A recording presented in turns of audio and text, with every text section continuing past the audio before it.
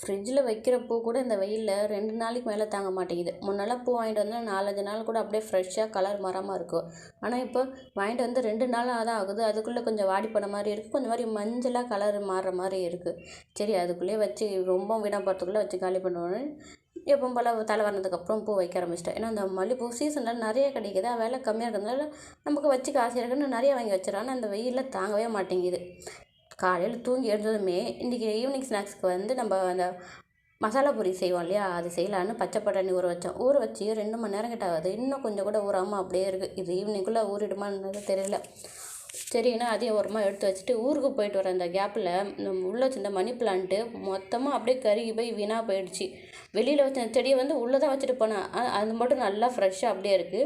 கிச்சனில் வந்து மற்ற 2 செடி சுத்தமாக வீணாக போயிடுச்சா. சரி, இருக்கிற இந்த ஒரு செடியாவது காப்பாற்றுவோமேனு அதுக்கு தண்ணியெல்லாம் மாற்றி விட்டுட்டு நல்லா வாஷ் பண்ணிவிட்டு திரும்பவும் அதே செடி வச்சுட்டேன். ஏன்னா இந்த மணி பிளான்ட்டு வீட்டில் இருந்தால் கொஞ்சம் பாசிட்டிவ் வைப்பாக இருக்குன்றதுனால ஆசையாக பார்த்து வச்சது வெயிலெல்லாம் சுத்தமாக தாங்க மாட்டேங்குது. இந்த ஒரே ஒரு செடியை மட்டும் நல்லா ஃப்ரெஷ்ஷாக இருக்கிறதுனால அதெல்லாம் திரும்ப தண்ணியை மாற்றிட்டு அது மட்டும் கிச்சனில் வச்சுக்கலாம். அப்பப்போ கொஞ்சம் நேரம் கிச்சனில் வச்சு பார்க்கும்போது கொஞ்சம் பச்சை பச்சையாக அப்படியே பார்க்கறதுக்கு ரொம்ப நமக்கு பாசிட்டிவாக இருக்கிற மாதிரி இருக்கும். இதில் மணி பிளான்ட்டு பணம் செய்கிறதுன்றது இல்லையோ, இந்த மாதிரி உள்ளே நம்ம இருக்கிற வேலை செய்கிற நேரத்தில் பார்க்கும்போது நமக்கு மனசுக்கு ரொம்ப கொஞ்சம் இதாக ரிலாக்ஸாக இருக்கிற மாதிரி இருக்குது.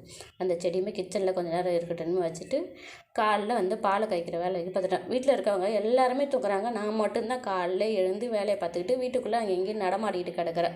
ஏன்னா ஸ்கூல் லீவாக இருந்தாலுமே நமக்கு தூக்கம் வர மாட்டேங்குது. கரெக்டாக அந்த டைமில் எழுந்து பழகிட்டதால் 5 மணிக்கு எழுந்து இருக்கிற வேலையெல்லாம் பார்த்துக்கிட்டு வீட்டில் ஃபுல்லாக எங்கள் பார்த்தாலும் நானே உலாவிக்கிட்டு கிடந்தேன். எல்லோரும் நல்லா தூங்கிட்டு இருக்காங்க.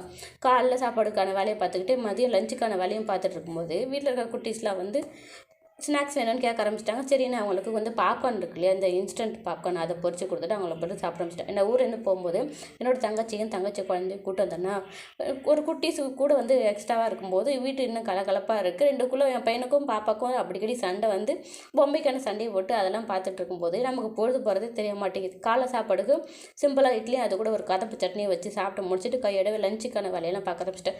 ஏன்னா காலை நேரத்தில் கொஞ்சமாக வெயில் இருக்கிற நேரத்துலேயே மதியம் லஞ்சுக்கான வேலையை சேர்த்து பார்க்கும்போது நமக்கு கொஞ்சம் ஃப்ரீயாக இருக்கிற மாதிரி இருக்குது. 11 மணிக்கு மேலெலாம் கிச்சனில் வந்து வேலை செய்யலாம் சுத்தமாக முடியாது இல்லையா.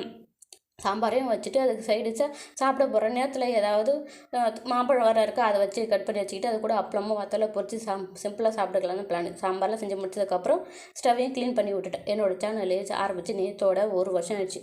இந்த 1 வருஷத்தில் என்னோடய சேனல் இருந்த நிலைமையிலேருந்து அப்படியே தான் இருக்குது. ஒரு முன்னேற்றமும் இல்லை. தயவு செஞ்சு என்னோடய வீடியோ யாராவது பார்க்குறவங்க இருந்தீங்கன்னா உங்களோட சப்போர்ட் எனக்காக ஒரு சப்ஸ்கிரைபாவோ இல்லை ஒரு கமெண்ட் பண்ணுறதோ ஏதாவது உங்களுக்கு சப்போர்ட் எனக்கு